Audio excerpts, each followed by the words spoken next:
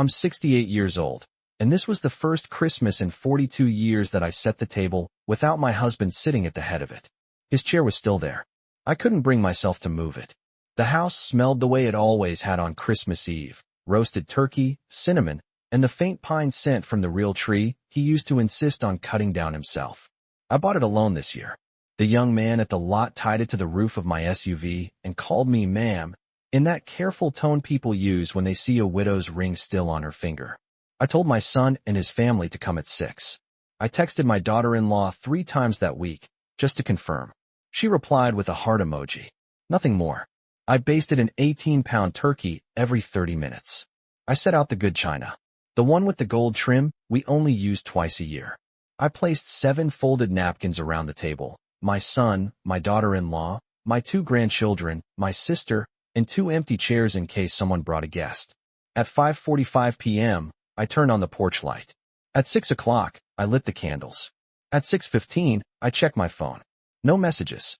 I told myself traffic was bad. Snow had started falling around 4. The kind that looks pretty on rooftops, but makes highways unpredictable. I poured hot cider into a glass mug and waited by the kitchen island, listening for tires on gravel. By 6:40, the turkey was resting under foil. The mashed potatoes were losing steam. I turned the oven to warm and texted my son. Are you close? The message delivered. No response.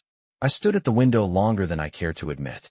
Every pair of headlights that passed made my heart lift for half a second, then fall again. At 7:12, I opened Facebook. I don't usually scroll much, but that night, something told me to look. The first photo that appeared stopped my breathing. My grandchildren were bundled in matching red sweaters, standing in front of a massive stone fireplace. My son had his arm around his wife. Snow piled high outside panoramic windows. The caption read, "Family Christmas Getaway. So grateful for this time together." The location tag? Aspen. I recognized the fireplace, the beams across the ceiling, even the worn leather sofa in the corner. It was our cabin, the one my husband bought 12 years ago, the one he said would always be our family place. I stared at the screen until it dimmed in my hand. No one had told me. Not one call. Not one explanation. The candles on my dining table burned lower. Wax pooled around their bases. I didn't cry. I walked back to the table, looked at the 7 untouched plates, and slowly blew each candle out. One by one, the house went quiet again, quieter than it had ever been. I left the plates on the table that night, not because I expected them to walk in late, but because I needed to see it. 7 settings, 7 forks, 7 folded napkins that would never be unfolded. The house felt different after I blew out the candles. Not louder, not emptier, just aware. I wrapped the turkey in layers of foil and placed it in the refrigerator. My husband used to carve it at the table, making a quiet show of it for the grandchildren. He'd pretend the knife was heavier than it was. They'd laugh. Every year, the same performance. This year, the carving knife stayed in the drawer. I washed the mashed potatoes down the sink, scraped untouched cranberry sauce into the trash. The sound of porcelain touching porcelain as I stacked plates felt too sharp in the silence. Still no message. At 8:03 p.m., my phone finally buzzed. Not a call. A text from my son. "Sorry, Mom. Signal's been bad up here. We decided last minute to take a short trip. Didn't want you driving in the snow anyway. We'll celebrate when we're back." Last minute. I stood there reading that sentence over and over. Aspen is not a last-minute trip. Reservations at that cabin are not last minute. Matching sweaters are not last minute. I didn't reply. Instead, I opened the photo again. Zoomed in this time. In the corner of the living room, near the staircase, was the antique wooden chest my husband restored himself. I ran my finger across the screen as if I could feel the grooves in the wood. They had taken over the cabin like it was theirs. Like I was already gone. I thought back to November.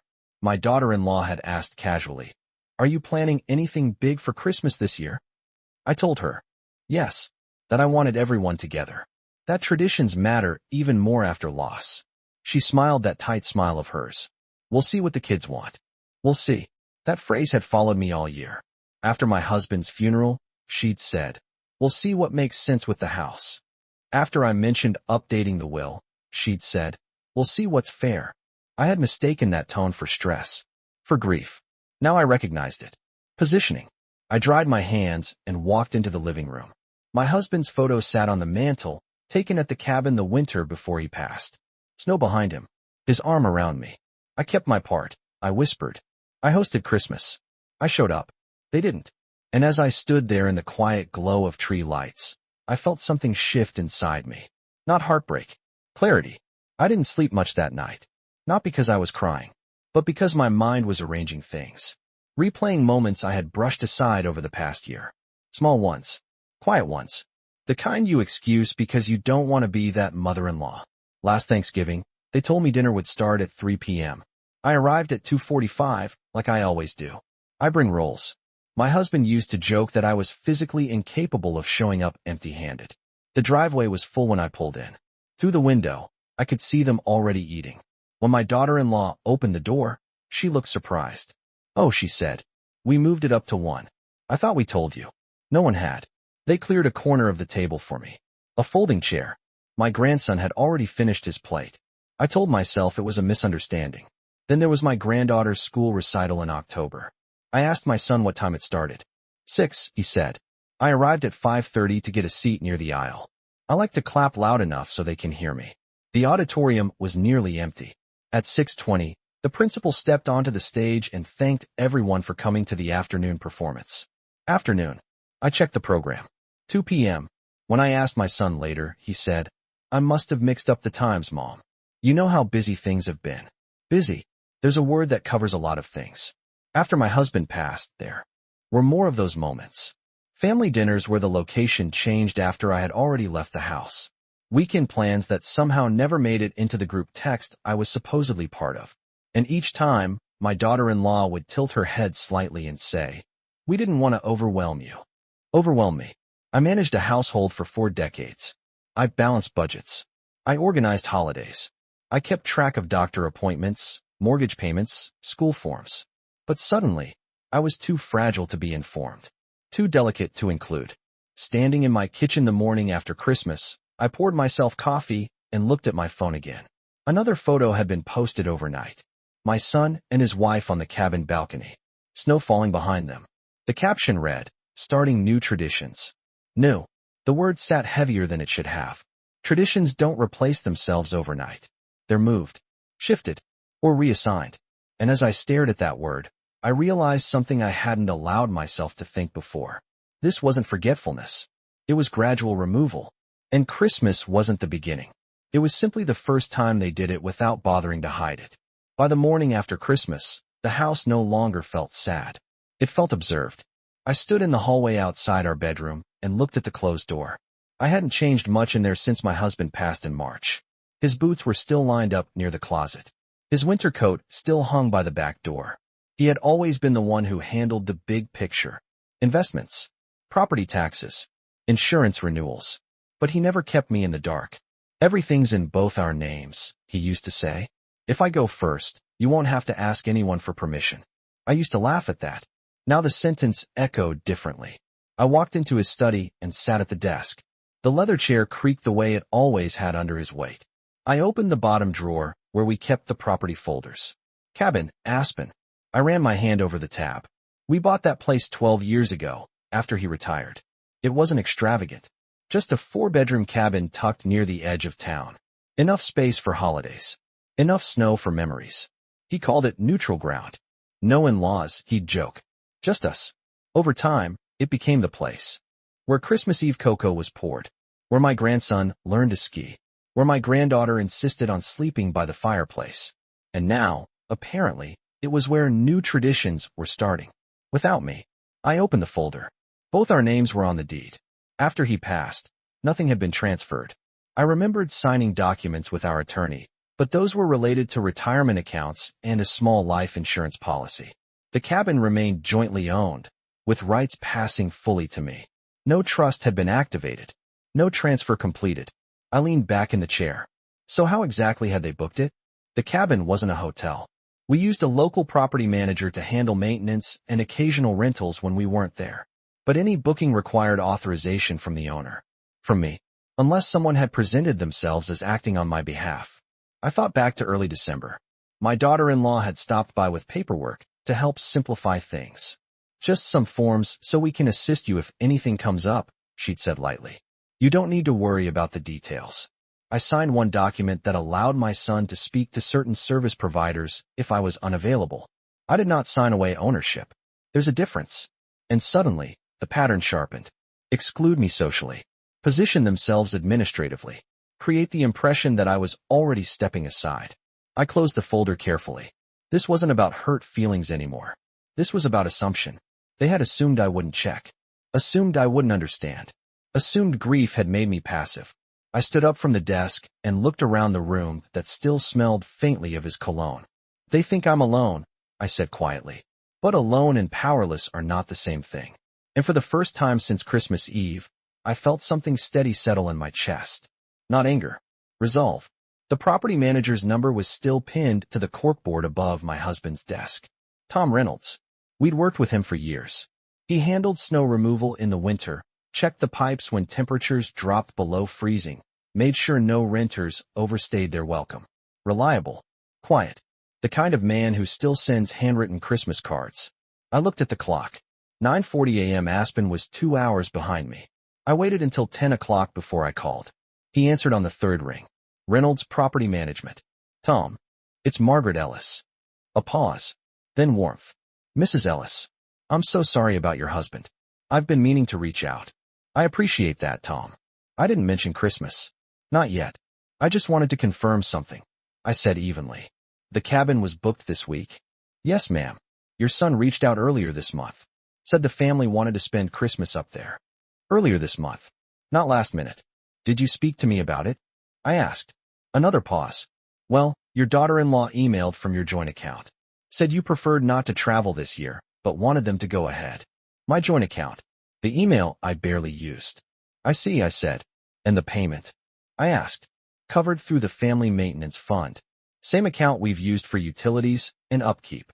That fund had always required my husband's or my authorization for withdrawals beyond routine expenses. I don't recall approving a holiday stay, I said calmly. Tom cleared his throat. I assumed it had been discussed internally. Your son sounded confident. Confident. I thanked him and ended the call. Then I walked to the kitchen table and opened my laptop. I logged into the maintenance account. There it was. A transfer dated December 3rd, labeled Holiday Reservation, Owner Approved. Owner Approved. The authorization note was attached as a scanned PDF. My signature. At least, something that looked like it. The curve of the M was slightly off. The pressure uneven. I've signed my name for 50 years. I know how it feels in my hand. This wasn't it. I stared at the screen for a long moment. They hadn't just assumed. They had acted. Used access I gave in good faith. Spoke for me. Signed for me. And then celebrated under a caption about gratitude. I closed the laptop gently. Not slammed. Not rushed. Just closed. This was no longer about being left out of Christmas dinner. This was about boundaries being crossed with paperwork. About lines being redrawn without my knowledge. I picked up my phone again. Not to call my son. Not yet. I scrolled instead to another contact. Daniel Harper. Our estate attorney.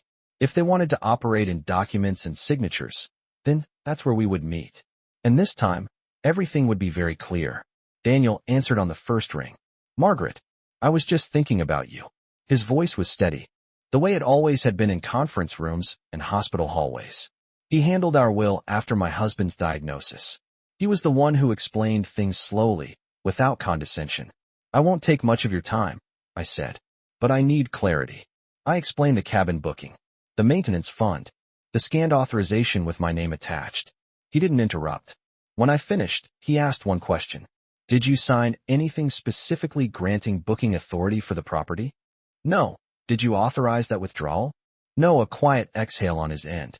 Margaret, if what you're describing is accurate, that's not just a misunderstanding. That's misrepresentation. He said it calmly. No dramatic tone.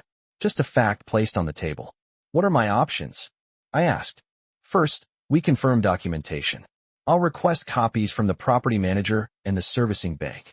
Second, we immediately revoke any third-party authorization you may have granted, even informally. I thought about the form my daughter-in-law brought in early December. The one she described as just simplifying communication. I may have signed something allowing my son to speak to service providers, I admitted. That doesn't grant ownership or signature rights, Daniel replied. Those are separate legal thresholds. Separate legal thresholds. Clear lines. He continued. Margaret, grief often makes people assume the widow will step back quietly. The law does not operate on assumption. I appreciated that sentence more than he probably realized. Can we freeze further withdrawals from the maintenance account? I asked. Yes. I'll draft a notice today. It will require dual authorization, yours and mine as acting counsel, until everything is clarified. Until everything is clarified. I thanked him and ended the call. Then I sat in the same chair my husband used to sit in and let the information settle. They were still at the cabin, posting photos, laughing in front of a fireplace legally under my control.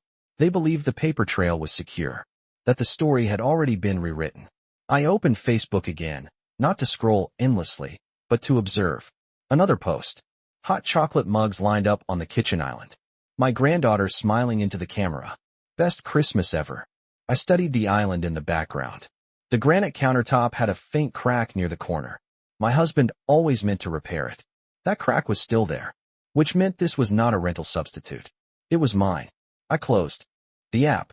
Then I drafted a single text to my son. Call me when you have a quiet moment. We need to discuss the cabin. No accusation. No emotion.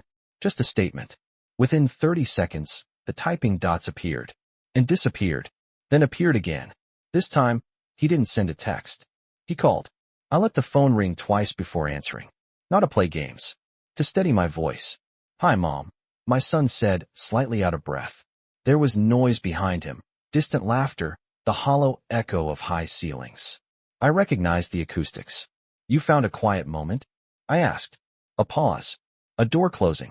The sound shifted. Yeah. What's going on? Your text sounded serious. I didn't accuse him. I didn't mention the signature. I was reviewing the cabin account this morning. I said evenly. I noticed a holiday reservation labeled owner approved. I don't recall approving it. Silence. Then, oh. Yeah. About that. About that. We figured you wouldn't want to travel this year, he continued quickly. After everything. We didn't want to pressure you. So you made the decision for me, I said. It wasn't like that, Mom. How was it? Another pause. Longer this time. We just thought. Maybe it was time to start doing things a little differently. Differently. I see, I replied. You still have the house there, he added, as if that balanced something. It's not like we took anything from you. Not like we took anything from you. I looked down at my hand resting on the desk. Steady. The maintenance fund requires authorization for extended stays, I said. Tom mentioned receiving documentation with my approval. Yeah, he said quickly. We handled the paperwork. It was just easier. Easier. For whom? I asked. He exhaled sharply. Mom, why are we making this a legal issue? We're family. Family. The word sounded different after this Christmas. I'm not making it legal, I said calmly. The paperwork already did. There was movement on his end. A muffled voice, my daughter-in-law's, I assumed. Look, he lowered his voice. We didn't think you'd mind. It's still all in the family. All in the family. Except I wasn't included. Did you sign my name? I asked. Silence. Not confusion. Not denial. Just silence. It was just a form, he finally said. Tom needed something on file. We've been helping manage things since Dad passed. Helping. I closed my eyes briefly. I did not authorize anyone to sign on my behalf, I said. And I will be clarifying that this week. His tone shifted. Tighter. So what are you saying? You're going to lock us out. I'm saying, I replied evenly, that ownership and access are not the same thing. Another long pause. When you get back, I continued, we'll sit down and go over everything properly. Mom, enjoy the rest of your trip, I said. And I ended the call. My hands were still steady. That surprised me. What didn't surprise me was this. He hadn't once apologized. Not for Christmas. Not for the signature. Not for assuming I wouldn't notice. And in that absence, something became very clear. They hadn't seen me as the owner. They had seen me as temporary. After I ended the call, I didn't move right away. The house was quiet again. Not heavy. Just still. I looked at my phone. No follow-up text. No apology. No clarification. Just silence. Which, in some ways, said more than anything else could have. Around noon, Daniel emailed me copies of the documents he'd requested from Tom. The scanned authorization form was attached. I opened it slowly. There was my name, typed neatly at the top. Margaret Ellis, property owner. Below it, a signature that resembled mine enough to pass at a glance. but not under scrutiny. The date was December 3rd. I checked my calendar. December 3rd, I had been at my primary care appointment. Blood work. Routine follow-up. I still had the after-visit summary in my purse. I wasn't signing cabin forms that morning. Attached to the form was an email chain. My daughter-in-law had written, "Margaret prefers not to travel this year, but wants the family to maintain holiday traditions at the cabin. She has authorized us to handle booking details. Prefers not to travel. Wants the family to maintain traditions." It was almost thoughtful in tone. Almost generous. Except it wasn't true. I never said that. I scrolled further down. Tom had replied politely, requesting written authorization from the owner. And within hours, the signed PDF had been returned. Efficient. Prepared. Not last minute. This wasn't grief improvisation. It was coordination. I leaned back in the chair and folded my hands. For months, I had accepted small exclusions because they were easier than confrontation. I told myself families adjust after loss. That young couples need space. That I shouldn't interfere. But this wasn't space. This was substitution. They weren't adjusting around me. They were adjusting past me. At 1:17 p.m., another notification appeared on my phone. A new post. My granddaughter building a snowman outside the cabin. My son behind her. My daughter-in-law holding the camera. Caption. Grateful for stability and new beginnings. Stability. New beginnings. Words chosen carefully. I studied the background again. The porch railing my husband repainted 3 summers ago. The sled still leaning against the wall from last winter. Nothing about that place was new, except their assumption of control. I closed Facebook and opened my email instead. Daniel had drafted a formal notice revoking all third-party authority related to the cabin and maintenance account. It required my digital signature. This time, it was mine. I signed carefully, slowly, feeling the pen move exactly the way it always had. Then I sent it back. No announcement. No warning. Just documentation. By the time they were packing their suitcases to return home, the legal landscape had already shifted. They just didn't know it yet. The notice went out at 2:06 p.m. By 2:14, Daniel confirmed receipt from the bank. By 2:32, Tom replied that all future access to the cabin would require direct written approval from me. No exceptions. I didn't forward the emails. I didn't send screenshots. I let the system do what systems are designed to do. Create boundaries. Around 4 p.m., my phone buzzed again. This time, it wasn't my son. It was my daughter-in-law. "Margaret, Tom just called us. He said something about updated authorization. Is everything okay?" Margaret. Not Mom. Not even Mrs. Ellis. Just Margaret. I read the message twice before responding. Yes. Everything is being clarified. 3 dots appeared almost immediately. We were just trying to make things easier for you. Easier. That word again. I typed carefully. Easier and authorized are not the same thing. There was a longer pause this time. Then, "Are you upset about Christmas?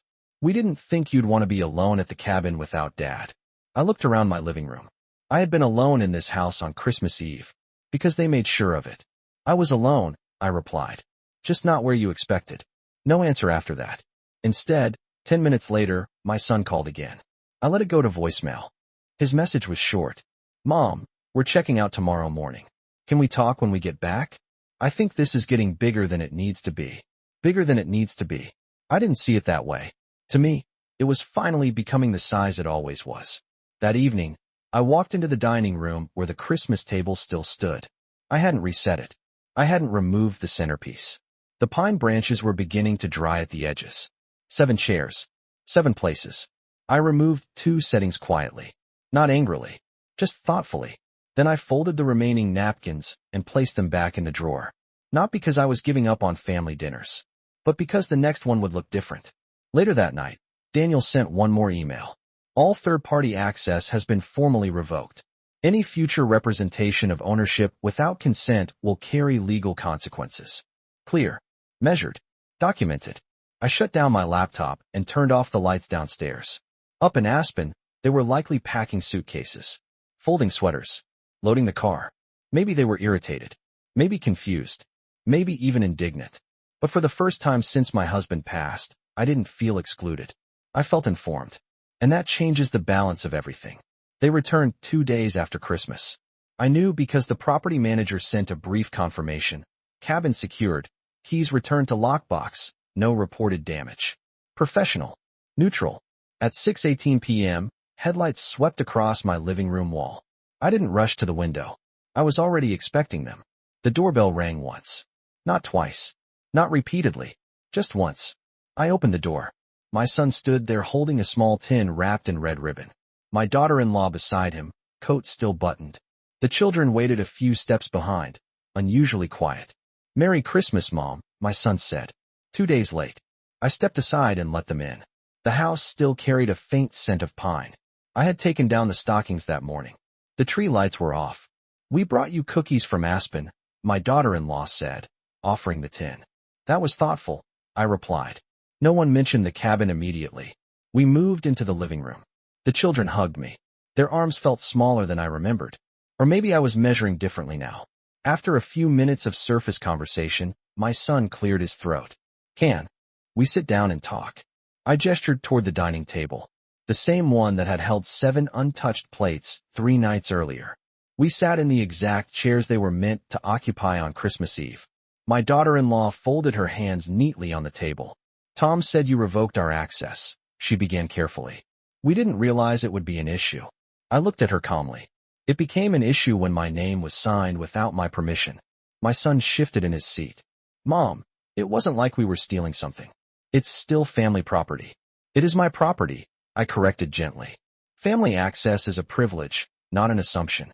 Silence. The children were in the other room now. I could hear faint laughter from the television. "We were trying to keep things stable for the kids," my daughter-in-law said. "After Dad passed, everything's been uncertain." "Uncertain? I lost my husband," I replied evenly. "You lost a father-in-law. The children lost a grandfather. We are all adjusting. But adjustment does not mean replacement." No one interrupted. I continued. "If you had asked, I might have said yes. If you had included me, I might have joined you. Instead, you removed me." My son finally met my eyes. "That wasn't the intention." "Intent and impact are not the same," I said. The room went quiet again. Then I reached into the folder I had placed beside my chair before they arrived. "I've updated the authorization structure for the cabin," I explained. "Moving forward, all bookings require my written approval. No exceptions." My daughter-in-law's jaw tightened slightly. "And if we want to go up there?" she asked. "You ask," I replied. Simple. Clear. For the first time that evening, I saw something shift in their posture. Not defiance. Recognition. The balance had changed. And this time, it wasn't gradual. It was defined. No one raised their voice. That's what I remember most about that evening. There was no shouting. No dramatic exit. Just the sound of the refrigerator humming in the kitchen and the television murmuring softly in the other room. My son leaned forward slightly. "Are you planning to change the will too?" he asked. Direct. I appreciated that. "I already reviewed it," I replied. My daughter-in-law's eyes flickered, just briefly. "The cabin," I continued calmly, "will remain in my name for as long as I'm alive. After that, it will transfer into a trust for the grandchildren." I let that settle. No individual ownership, I added. No selling. No refinancing. No unilateral decisions. My son blinked. "So we wouldn't control it?" "It was never yours to control," I said gently. Silence again. Not angry silence. Measured silence. My daughter-in-law crossed her legs. "We weren't trying to take anything from you. But you were comfortable acting as if I had already stepped aside," I replied. That landed. My son rubbed his hands together. "A habit he's had since he was a teenager when he knew he was wrong, but didn't want to admit it fully. We thought you might not want the responsibility anymore," he said. "Managing property, dealing with maintenance, it's a lot. I've been managing more than property for decades," I said. "Responsibility isn't new to me." He nodded slowly. "And Christmas?" I asked quietly. "Was that also about responsibility?" Neither of them answered immediately. Finally, my daughter-in-law spoke. "We didn't know how to include you without making it heavy." Heavy. I considered that. "Grief is heavy," I said. "Exclusion is heavier." The clock on the wall ticked loudly in the pause that followed. "I don't need to be protected from my own life," I continued. "If you want new traditions, we discuss them. Together. Not behind paperwork." My son looked down at the table. "You're right," he said finally. It wasn't dramatic. It wasn't tearful. But it was the first clear acknowledgement all week. I stood up then, signaling the conversation was complete. "The cabin is still a place for family," I said. "But family includes me." They both nodded. As they gathered their coats, my granddaughter ran back into the room and hugged me tightly. "Can we all go to the cabin next time?" she asked. I smiled at her. "Yes," I said. "Next time, we'll plan it properly." After the door closed behind them, the house felt different again. Not empty, balanced. For months, I had felt like I was slowly being moved to the edge of my own life. That night, I stepped back to the center, quietly, without raising my voice once. A week after they left my house that night, the snow finally came to our town. Not the soft, decorative kind. The steady kind that settles in and stays. I stood at the kitchen window early one morning, watching. It covered the backyard in a clean, even layer. For the first time since Christmas Eve, I didn't feel like something had been taken from me. I felt like something had been clarified. Daniel finalized the updated trust documents 3 days after our conversation. The cabin would remain solely under my authority during my lifetime. After that, it would transfer equally to my grandchildren, protected from individual control or sale. When I signed the final page, my hand didn't shake. Not because I was hardened, but because I was certain. My son called later that afternoon. His voice was different. Quieter. Less defensive. "We've been talking," he said. "About everything." I let him continue. "We handled it wrong. Christmas. The paperwork. All of it." I didn't rush to comfort him. I let the words sit there between us. "We didn't mean to make you feel replaced," he added. Replaced. That was the word they hadn't used before. "I was your father's partner," I said gently. "Not a placeholder." "I know," he replied. And this time, I believed he did. In February, we scheduled a weekend at the cabin. All of us. Planned properly. In writing. With my approval. When we arrived, I unlocked the front door myself. The air inside carried the faint scent of wood and cold stone. The same fireplace. The same granite countertop with the small crack in the corner. Nothing about the place had changed. Except the understanding. That evening, we sat around the dining table there. My granddaughter insisted I sit at the head. "Grandma owns this place," she announced proudly, as if stating a fact she had just learned in school. I didn't correct her. Ownership isn't about control. It's about presence. Later that night, after everyone had gone to bed, I stood alone on the balcony. Snow fell softly across the mountains. The world looked quiet. Whole. My husband used to stand exactly where I was standing. He once told me, "The cabin isn't the legacy. The way we treat each other is." For a moment, I let that sink in. Christmas had shown me something painful, but it had also drawn a line. Not between me and my family. Between assumption and respect. I didn't lose my family that winter. I reminded them I was still here. And sometimes, that's all it takes. To move from the edge. Back to the center.